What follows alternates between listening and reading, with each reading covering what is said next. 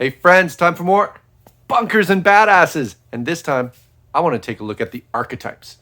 Now, I did a lot of videos about the different classes you can be, but when it comes to character creation, you actually pick an archetype first.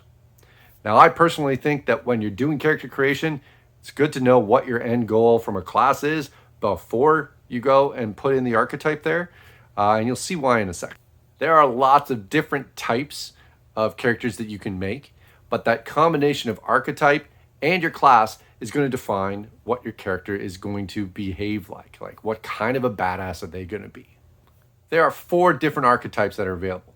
You've got the Deadeye, the Elementalist, the Enforcer, and the Guardian. I'm going to dive into each one in some separate videos, but at a high level, the Enforcer is all about doing damage. The Deadeye is all about trying to have high accuracy.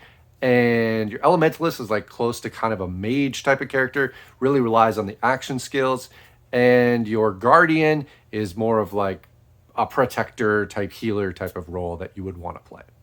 Now, each of these archetypes is also going to define how your base stats work. And that's how you're going to get higher accuracy, higher damage when you first start out. They also have their own feats and their own advancement trees. So each archetype helps you kind of flesh out how your class is going to play. Now, what's interesting about this is then you can have 2 characters with the same class, but different archetypes, and it turns out different. For example, in the group I was playing when I'm learning, I have a hunter, another character also has a hunter. I went Deadeye, they went Guardian, and the way we approach a combat is very different. So when you go to make a character, take a look at the classes, find the one that feels the most like what you want to play.